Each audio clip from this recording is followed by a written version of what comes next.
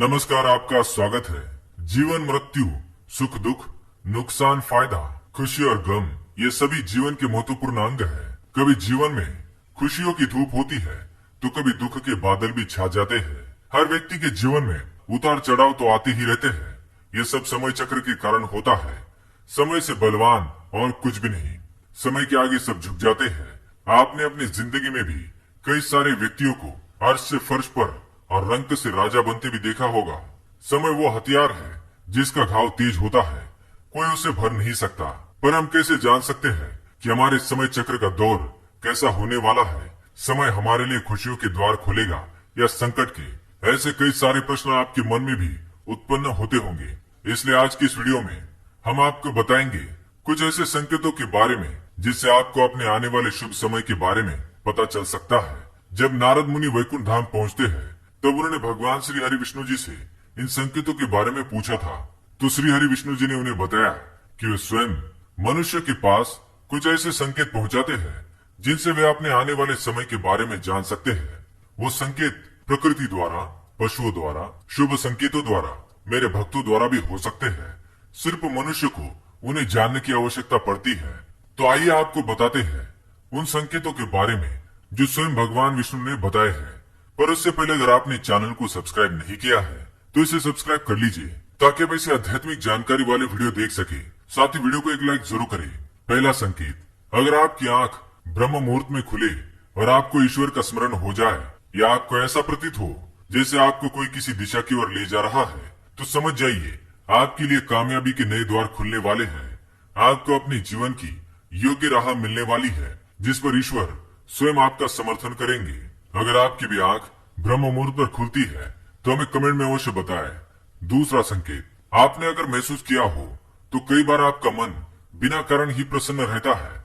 आपका चेहरा खिला हुआ मुस्कान से भरा हुआ रहता है। आप क्रोध से परे हो जाते हैं। ये संकेत दर्शाते हैं कि आपके जीवन में खुशियों की दस्तक होने वाली है जिससे आप सदैव ही प्रफुल्लित रहेंगे। ऐसे समय में हम जिस चीज के बारे में सोचते भी नहीं है उस चीज के बारे में हमें खुशखबरी मिल जाती है। हमारे मन के अंदर ईश्वर वास करते हैं, इसलिए मन का प्रसन्न रहना सबसे बड़ा शुभ संकेत माना जाता है। क्या आपको भी कभी ऐसा महसूस हुआ है?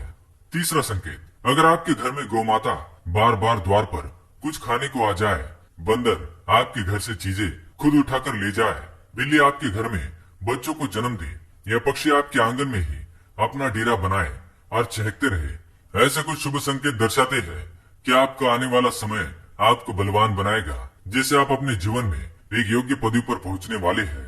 चौथा संकेत, छोटे बच्चों में ईश्वर खुद बसते हैं, ऐसा हम सभी मानते हैं। अगर कोई छोटी कन्या या शिशु आपको देखकर बार बार मुस्कुराए या आपके घर में उनका आगमन हो या वे आपके आंगन में खुशी से खेले तो ये बहुत ही शुभ संकेत माना जाता है।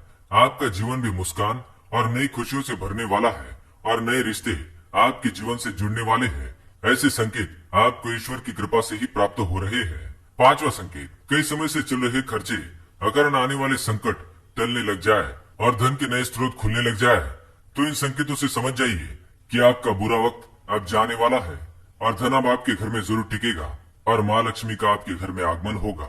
छठा संकेत, पूजा की थाली में फूल, माला, चंदन का गिरना, ईश्वर की मूर्ति आपको देखकर मुस्कुरा रही हो, ऐसा प्रतीत होना, घर में प्रिय अतिथियों का आगमन, घर में चांदी और सोने का आना, महिलाओं का बायां और पुरुषों के दाहिने अंगों का फड़कना बहुत ही शुभ माना जाता है। ये सारे संकेत आपको आने वाले शुभ समय के बारे में सूचित करते हैं।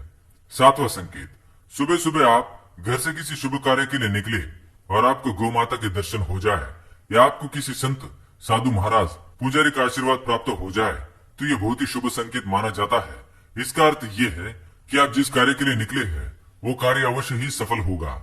उस कार्य में आपको सफल होने से कोई नहीं रोक पाएगा।